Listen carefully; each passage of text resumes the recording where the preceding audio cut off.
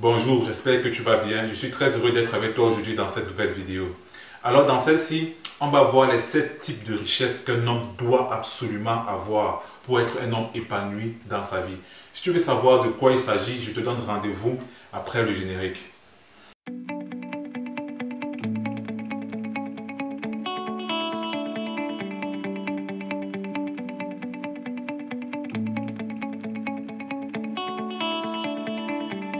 Alors, comme j'ai dit durant l'introduction, dans cette vidéo, on va parler des 7 types de richesses qu'un homme doit avoir. Ce que tu dois savoir, c'est quoi? Pour qu'un homme soit épanoui dans sa vie, il y a certaines conditions qui doivent être absolument remplies. Si ces conditions sont remplies, il sera un homme épanoui, il sera un homme qui va réussir. Mais si ces conditions ne sont pas remplies, il sera un homme malheureux, il sera un homme triste, il sera un homme qui n'aura pas de succès. Alors, sans plus tarder, nous allons parler des 7 types de richesses qu'un homme doit avoir. Le premier type de richesse, c'est la richesse spirituelle. Oui, si tu suis mes vidéos, en fait, tu vas constater que la spiritualité vient toujours avant tout dans la vie d'un homme. Et c'est ça, la spiritualité, c'est quoi? La spiritualité, c'est ta relation avec le divin. Donc, tu dois avoir une bonne relation avec le divin, en fait. Si tu es, par exemple, quelqu'un de religieux, tu es dans une religion catholique, protestant, chrétien, musulman, bouddhiste, je ne sais pas, tu dois pratiquer ta religion. Mais si tu es quelqu'un de spirituel comme moi, c'est-à-dire qui n'a pas de religion, mais qui a une spiritualité, en fait, tu dois entretenir une relation avec le divin. Pour les gens spirituels comme moi, je pense que le divin réside en nous. Donc, cette relation avec le divin, en fait, c'est une relation avec notre être intérieur, en fait, qui est cet être en nous, en fait, qui est de la dimension divine. Donc, voilà, tu dois avoir une relation avec le divin. Le deuxième type de richesse qu'un homme doit avoir, c'est la richesse intellectuelle et émotionnelle. C'est très important pour un homme d'être cultivé. Ce n'est pas pour rien que le Créateur nous a donné un cerveau. Si le Créateur nous a donné un cerveau, c'est simplement pour qu'on l'utilise. Et pour utiliser de façon efficace et efficiente notre cerveau, on doit juste l'entretenir. Et pour entretenir notre cerveau, en fait, on doit juste se cultiver, on doit lire. Tu dois le savoir, c'est important pour toi, en fait, d'être assis dans un domaine. Si des personnes pensent à un domaine, les personnes doivent penser à toi. Je vais te prendre un exemple. Si Michael Jordan entre dans une pièce aujourd'hui, il y a des personnes qui sont réunies et il vous dit, taisez-vous, je vais vous dire 2 ou 3 mots sur le basketball. Ces personnes, je vous assure, vont se taire et certaines même vont sortir un bic et un cahier pour l'écouter.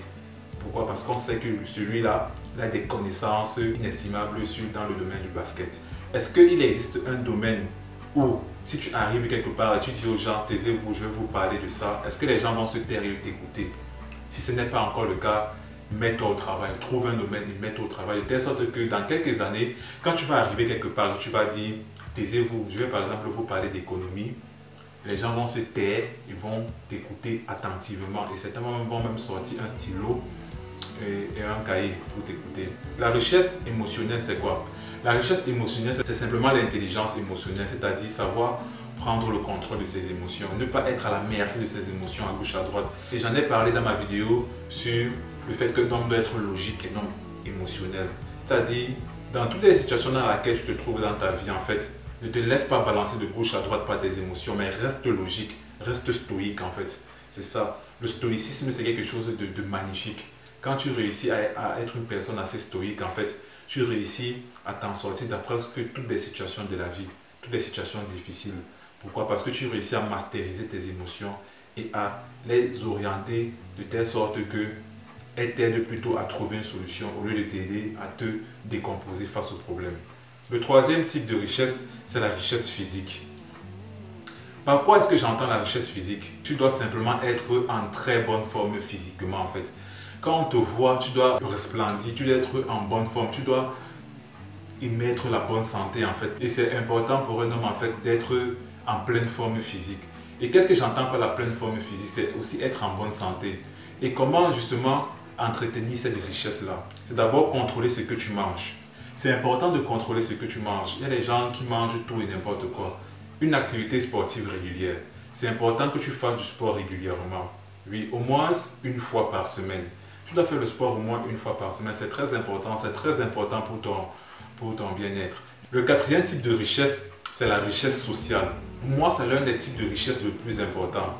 Pourquoi? Parce que, en fait, il y a un adage qui dit, tu réussis en fonction de qui tu connais. En fait, ta réussite dépend de qui tu connais en fait. Il ne faut pas qu'on se mente. Toutes les personnes qui ont réussi dans cette vie en fait, c'est parce qu'elles connaissaient quelqu'un qui un jour leur a ouvert une porte. C'est ça. On va vous raconter n'importe quoi, mais quelque part, si tu entres dans la vie de cette personne, elle va te dire oui, c'est vrai que pour que j'ai cette opportunité-là, il a fallu que tel que je connais me la présente. Tu dois agrandir ton cercle social. Tu dois être une personne très sociable. Moi, par exemple, à un certain moment de mon développement personnel, j'avais complètement réduit mon cercle social et mentalement, je n'étais pas très bien. Pourquoi? Parce que justement, il y avait cet aspect du développement personnel qui disait que voilà, tu dois t'éloigner des gens et juste te mettre avec les gens qui sont comme toi. Mais en fait, aujourd'hui, avec du recul, je ne trouve pas que c'est bon. Pourquoi? Parce que l'être humain est un être essentiellement sociable.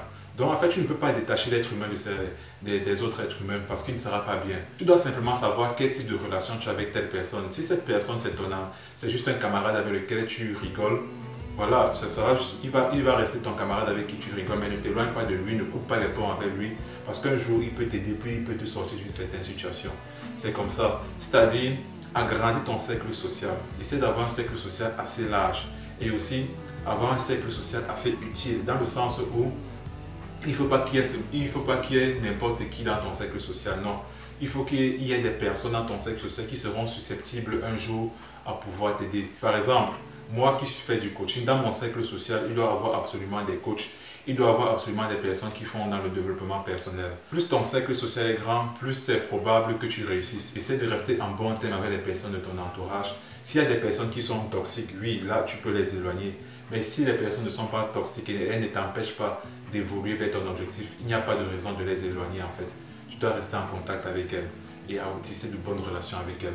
Le cinquième type de richesse, c'est la richesse en influence. C'est quoi la richesse en influence? C'est simplement la capacité d'apporter un changement dans le monde en devenant une meilleure personne. Je répète, c'est la capacité d'apporter un changement dans le monde en devenant une meilleure personne. C'est ça la richesse en influence, c'est-à-dire quoi? Est-ce que tu peux influencer un milieu? Est-ce que tu peux influencer un environnement? Est-ce que tu peux influencer ton milieu en fait pour qu'il devienne meilleur? Est-ce que tu es capable de le faire? Et c'est ça, quel que soit le domaine dans lequel tu te trouves aujourd'hui, essaie de devenir meilleur dans ce domaine. Essaie pourquoi pas de devenir le meilleur dans ce domaine et d'apporter un changement en fait dans le monde, d'apporter un changement qui impactera positivement la vie des gens. Et c'est comme ça que ton influence en fait s'installera en fait dans la tête des gens. Quand on va parler de ce domaine, on va juste parler de toi parce que tu as apporté un changement. Quand on parle d'informatique aujourd'hui, on pense à qui? On pense à Bill Gates, on pense à Steve Jobs. Pourquoi? Parce qu'ils ont révolutionné la vie des gens. Simplement, c'est pour ça que ces deux hommes ont une très grande influence dans le domaine de l'informatique. Le sixième type de richesse, c'est la contribution. Oui, tu dois être capable de contribuer dans ta communauté, dans ta famille, dans ton environnement proche. Un homme doit contribuer en fait. Tu ne dois pas être là, tu ne fous rien de ta vie. Non, tu dois contribuer dans la vie de tes proches. Tu dois avoir une contribution positive. Ce n'est pas seulement avec l'argent, pas seulement avec le matériel, mais c'est aussi avec un soutien positif. C'est aussi avec des actions, avec des initiatives en fait, qui vont aider les gens de ta communauté à devenir meilleurs, qui vont aider les gens de ta communauté à s'améliorer. Donc c'est très important en fait, la contribution. Il faut contribuer à la vie des gens en fait, c'est très important. Et enfin, le septième type de richesse, c'est la richesse générationnelle. Il y a un adage qui dit qu'un homme est réellement riche si ses petits-enfants et ses arrière-petits-enfants peuvent bénéficier de ce qu'il fait actuellement. Est-ce que ce que tu fais actuellement, tes petits-enfants ou tes arrière-petits-enfants peuvent en bénéficier? Je ne sais pas, mais je te demande de commencer à y réfléchir. C'est très important de laisser un héritage en fait, un héritage à sa postérité en fait, à la postérité et à sa descendance. C'est important que tes descendants se souviennent de qui tu es. Est-ce que tu réfléchis déjà à ce que tu vas laisser à la postérité? Oui, l'immobilier par exemple, ça va rester à la postérité, les maisons, pas les voitures, non, pas les voitures, les maisons et les terres. Les deux choses qui restent à la postérité, ce sont les maisons et les terres, dans les terrains. Quand tu acquiers les terrains ou bien quand tu acquiers des biens immobiliers, ça sont des choses qui vont traverser les générations. Si aujourd'hui par exemple on me demande quel est l'héritage à ce jour que je peux estimer avoir laissé à mes arrière-petits-enfants, mes enfants, mes arrière-petits-enfants. Je peux déjà dire mes vidéos. Mes petits-enfants, mes arrière-petits-enfants, mes arrière-arrière-petits-enfants verront mes vidéos. Et un jour, lorsqu'ils verront mes vidéos, peut-être qu'ils auront un problème et grâce à l'une de mes vidéos, en fait, ils vont se sentir bien. Et en passant, si l'un d'entre eux est en train de regarder cette vidéo, je le salue. Je vais parler de mon livre. Mon livre, un livre en fait est éternel. Les Juifs disent que si tu veux laisser quelque chose sur terre qui va traverser le temps, soit tu écris un livre, soit tu plantes un arbre. Donc voilà les 7 richesses qu'un homme doit avoir dans sa vie.